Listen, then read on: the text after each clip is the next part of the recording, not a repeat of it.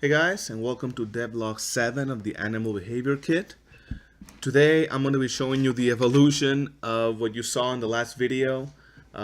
This is further development on the population control blueprint that I've had.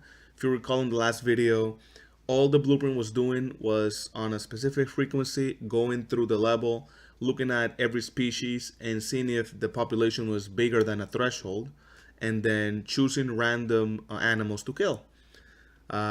So that does the job, I guess. The animals themselves would pair off. Thank you to the look for mate component, and then the population control will basically kill them off. However, the biggest problem with that was that I wasn't keeping track of gender or sex. I wasn't keeping track of any targets, so it was just killing a random animal, and you could find yourself in a situation where you ended up with just two males or two females left over in the species, and that would basically mean extinction, right? Because they can't reproduce. So one of the users on YouTube suggested, why don't you keep like an animal registry, like a dynamic table with all of the different animals in a lot more detail. And obviously that takes a lot more work. But I really thought about it and I figured, you know what? I think that's probably the right approach. Before I was doing a get all actors with tag, and that's very expensive, and it would do that for every single species, which is a tag. So say you have 10 different species in your massive game, it would do that 10 times, let's say every 10 seconds. So very, very expensive. So I completely redid it, and it took me a long time. I'm not finished yet, as you'll see when I show you what I'm about to show you, but I think it's way better. So what I have now is actually a completely different approach. I am actually keeping track of all of the animals in a table, actually it's not a dynamic table, it's several different tables or arrays. I think I have 4 different arrays that I'm keeping track of in this blueprint now. But the point is that I'm keeping track of every single animal by species, and I get details like the sex of the animal, the species, and a bunch of other things. Like whether, what's the character mesh if it's male or female, what's the name if it's male or female, if it has certain components, like natural death, for example. And all that is well and good. But the way it works is now you have another component called population control. And all this is, there's only one thing you need to define, is you need to add the reference to the population control blueprint, which is this guy right here. So you drop your population blueprint on the level, and every animal will have the population control component. You make sure that you give it the reference, and this will automatically register the animal with the blueprint on begin play. So instead of polling the level and pulling all those actors on a frequency, all of the actors are simply registering themselves and adding themselves into the array, which makes it way, way, way more performant. So now, if I go to population control here, for example, this used to be kind of what I used to do, the old stuff. I didn't remove it yet. This was the entire code, the function, right? It would just go through it and decide if needed to kill somebody. Now I have event regulate population, which looks kind of like this. It's a lot more complicated. And even then, all this does is look at the population, look at the limits, and decide whether the population is to be reduced or increased. And if it needs to be reduced, then you get this little monster right here. And if it needs to be increased, then you get this behemoth here. So it basically went to like 4 times the complication. It's quite complex. It's not difficult, but it's very complex. So it's still a little buggy, but I figured I didn't want to leave you guys without a video this week. I still want to keep you guys up to date. So hopefully nothing explodes as I'm showing you this. But here's what the blueprint looks like now. You have now whether the blueprint is active or not, and then you have a species list, which you select here. In this case we have the deer, the bear, and the spider. And from there on, you designate the targets per species. So there's a minimum population and a maximum population, right? So this blueprint now has the ability to spawn new animals if the population is low. So in this case, the deer are between 2 and 4. If the population somehow gets below 2, it'll just spawn new deer. And if it's above 4, then it'll just kill the deer. Same thing for the bears, for example. I have 2 and 2, so you're only allowed to have up to 2 bears. And the spiders, in this case, are 4 and 10. And then you get offspring details, which is basically, again, for each species, what class is this animal, right? Because it's going to spawn an actor from class. What's the name of the male or female offspring? What are the meshes? And which components will be added, right? And then if you decide to add these components, then you have the component look for mate. Then you have the settings here per animal. Same thing as you would have on the regular component here. So it's quite complex. It does take a little bit to set up, but the result is that now it has a lot more flexibility. So we're gonna just do a quick test here. The first thing you'll notice is that there are spawners now. You see a bear spawn here. So the system now uses spawners, and you can place this anywhere on the map, and you can have more than one spawner per species, by the way. So in this case, for the spiders, I have 2. For the deer, I have 1. And for the bears, I have 1. And if the population falls below the minimum, it'll just spawn an animal. So what happens now is this. Let's say in the first scenario here, looking at the bears, you can see that I just deleted the bears. There are no bears here. So if I click play, looking at the bears, let's see here, the species targets is 2 and 2. What you would expect is that then a bear will just spawn. So if I click play here, you'll see that in about 10 seconds, a bear should spawn, because as you can see on the little data table on the left, we have the minimum and maximum bear count are 2, and then it breaks it down by male or female. So right now it spawned the female, and then 5 seconds later it spawned the male. So we are keeping track of the sexes separately, and this goes for spawning and killing, right? So now if there's overpopulation, the system will actually decide which gender or which sex is more overpopulated and kill that, right? So if this guy is copulated in a little second here and have an offspring, if it is male, the system should kill a male, and if it's female, the system should kill a female. And this little error that you're seeing at the left, we'll ignore that for now.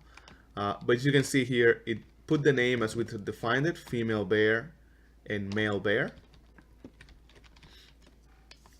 And we'll just give him a second here. Let's see, is this guy going after her? Yes. He's just a little slow.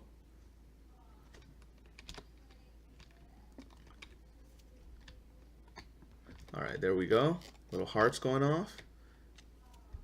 And then you see that there's another male bear that was born. And immediately, as soon as this refreshes, one of the male bears is killed, to make sure that we keep with the restriction of 2 and 2.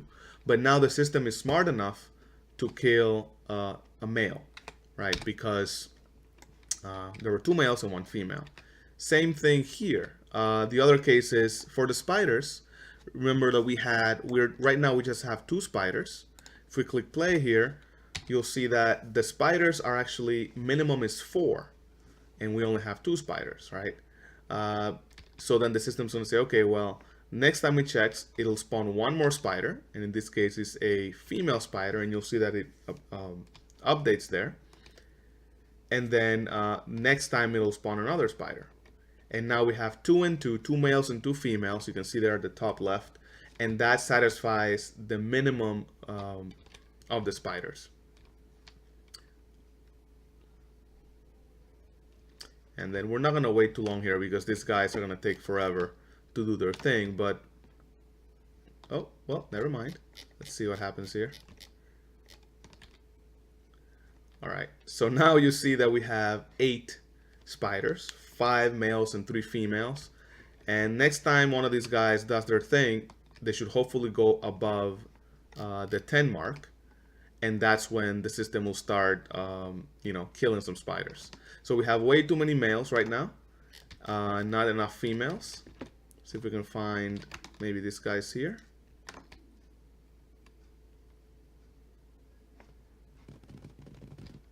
All right, we missed it, but now there's 12. You can see, and immediately it killed one of the males, if you saw on the top left.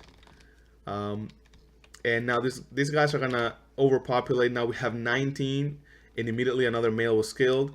And every turn, basically, so in this case, I think the frequency is every 10 seconds, it'll decide that there's overpopulation and it'll kill an animal. In this case, you see that the male was killed.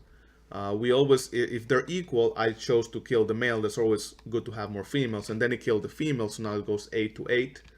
And now they overpopulated again, and that there's 12 males, and then the next time they should kill another male. It should go down to 11, as you can see there.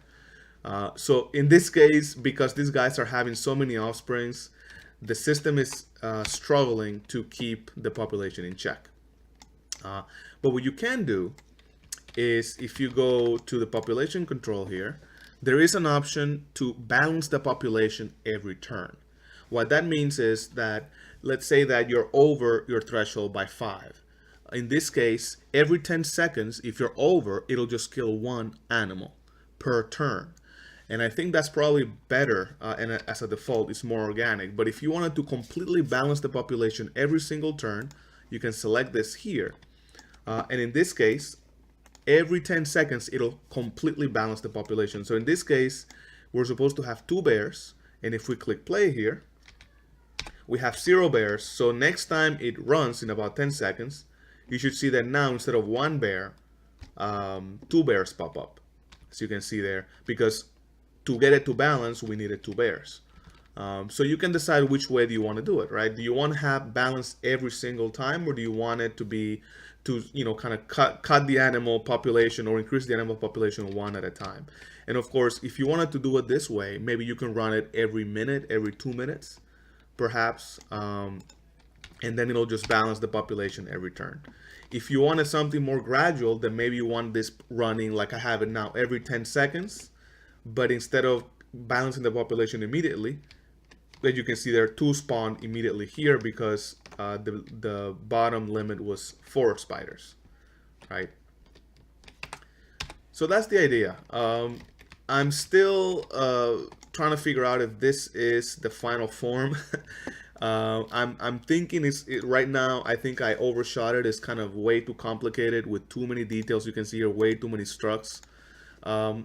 There's one more thing that I think I want to do, because I'm struggling with some bugs. If I can't figure them out, I think I'm going to simplify the system and no longer have you enter details for like different components, right? Because ideally what you'll do is whatever animal you have, you'll add all of the components and create a new class out of it, right? So then when you spawn the new class, all of the components are there.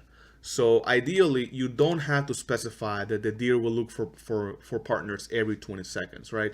If you're spawning the deer class that already has this component, the component will already have this 20 seconds there, right? It'll have the breeding timer there. It'll have whether it's random offspring, yes or no, right? So all this information should already be in the class. So why am I complicating this by having all these options here, right? Same thing with natural death, right? What's the time to live? If you wanted natural death on your deer, you should probably create a new class, add natural death, and then spawn the class, right? And I think that's probably the route I'll go because I think this is, again, kind of complicated. There's a lot of information and setup, and ideally you'll still do it the way I just said it, because this doesn't inherit other details. It's not like you can pop a new bear or a deer with completely different characteristics. You're still spawning the same class. So why am I giving all these options to add components when the class should already have it? So just some rambling. I'd like to hear your opinion on it. There's also been some work to try to take all of the functionality into different components, and you can see there's a new component for companionship. This is all the code for taming the animal. There's the need system is now a new component. Instead of having the option on the class itself, so just drop the component if you want to use the need system. And I'm intending to do a few more other parts of the system, all in different components. And I really like this setup. I wasn't really sure how much I could make them into components, but I think I will take it as far as I can, and that gives you a lot more flexibility.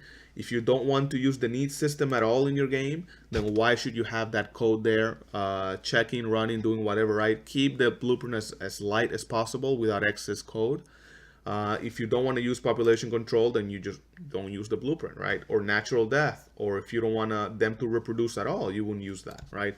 Or maybe you don't have taming in your game, then you don't use that, right? So you can customize your animals just by getting the base class and dropping all these components and saving it as a new class, like a child class. And that way you have maximum flexibility on exactly what you want from your game. That keeps things elegant and separate, and actually pretty simple when you're setting up your game. So I'm going to continue working on this. This is not completely set up yet, but I'd like to hear your ideas. What do you think about the population system? Obviously, it's definitely better than before. You can specify specific minimum and maximum targets for each species. The system checks for sex and the limits, and decides to either reduce the population or increase the population based on that, always keeping balance. You can select the frequency for the check and whether you wanted to balance it every turn or not. And then you have the stats, which we were showing here, which is kind of a debug mode. But if you wanted to use that data for anything else in your game, then the data is already there. Like somebody mentioned in YouTube, some devs may want to take this further, and if you want to have a game that's specifically maybe creating or reducing populations, then you may want to have that information somewhere in your game, right? And now the information is there. So let me know what you think. Do you like this way that I'm taking the template with all these different components? Do you care at all? And one more question before I go.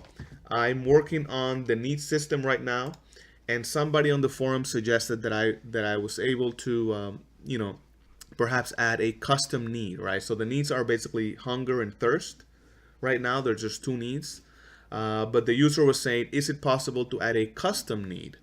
Meaning maybe you want the animal to have a third need to do something very specific, right? So I was thinking about that, and because I am doing it this way, I think I'll be able to add a custom need component pretty easily. But I don't really know a use case. So if you were to be interested in this, if you were to add this, what kind of custom need would you want for your game, right? Besides the animals being hungry and thirsty and looking for water and food, would you want a custom need? And if so, what is that? Let me know what you think. Hopefully you like where this is going. Any feedback right now about the population system, I really want to hear it, because again, I've been working really hard. This was, as I showed you, pretty complicated to do.